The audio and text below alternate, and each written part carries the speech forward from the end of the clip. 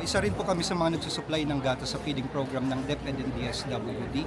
Pag pumuputok po ang demand or may implementation po ng feeding program, tumataas din po ang production volume po namin. Kaya nagre-require po ng mas mataas na storage facility. Kaya ito po ang cold storage facility ng ating government, DA, and ng province talagang makakatulong po sa organization po. Gaya ng mga nabubulok, yung gaya ng mga yung mga gulay, ay kung walang cold storage, yung mga magsasaka or mga association or co-op na wala naman tawag yan, kakayahan, bumili ng ganyang mga facility, kaya nalulugi. Pero kung ngayon mayroon na tayo dito, malaking bagay po para sa aming mga magsasaka. Kaya natutuwa kami sa ginagawa ng ating presidente na may mga ganitong programa siya, yung priority niya yung talagang magsasaka ang tinutulungan. Kasi dati yung magsasaka laging huli. Pero ngayong ganito ang programa ng ating presidente, malaking tulong sa aming magsasaka. Kaya nagpapasalamat po ako, ma'am. Maraming salamat po na malaki doon po sa pagbigay niya ng atensyon sa amin na mga magsasaka, na kahit po kami mga sabing maralita, kami po ang unang nabigyan ng atensyon.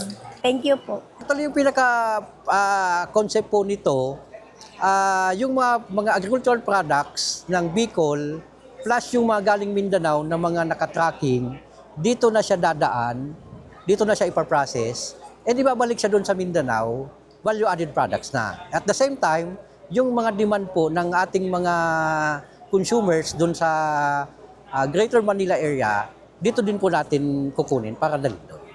Like ito po, isang mitigation namin dito kasi ang Bicol region na devastate tayo ng ASF, African Swine Fever. So anong maganda rito? Kung in case po ma-infect uli ang Camarines Sur, isang part ng LGU, kung ang karatig na LGU ay may mga for harvest na, pwede na pong katayan at store dito. And ikuha na lang sa market, dito na i-dispatch. Sa ating mga farmers, napaka-importante ditong kanito, Ito na po ang tutulong sa inyo. Sa unang-una, sa production, meron na tayong pag-iimbakan. Ikalawa, siguro yung presyo ay magkakaroon na tayo ng control, dahan-dahan, because pwede tayo mag-imbak at kung mataas ang presyo, saka natin i-move ang presyo, so ang produkto. So ganun po ang mga schemes na posible nating i-adapt dito sa ating pagkakaroon nitong storage or itong facility na ito po.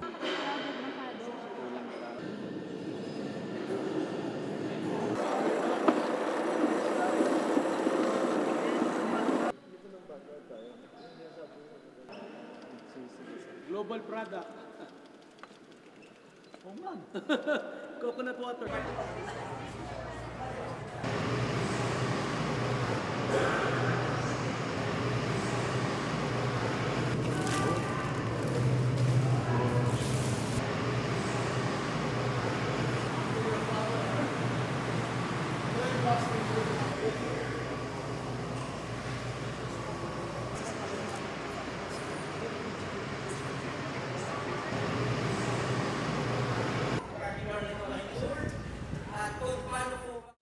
Mag-organize tayo ng grupo na magko-control dito para kayo ang magpapatakbo nito. Kayo magsasabi kung kailan ibebenta, kaninong tatanggapin na produkto.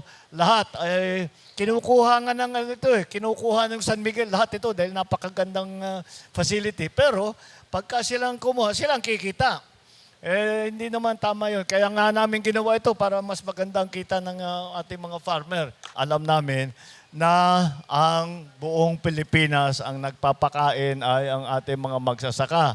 At alam naman natin kung gaano kahirap maghanap buhay na nagsasaka. Both national at saka local government, dapat pareho nagtutulungan, lahat ginagawa para naman maaasahan natin ang ating food supply. Sa akin, ay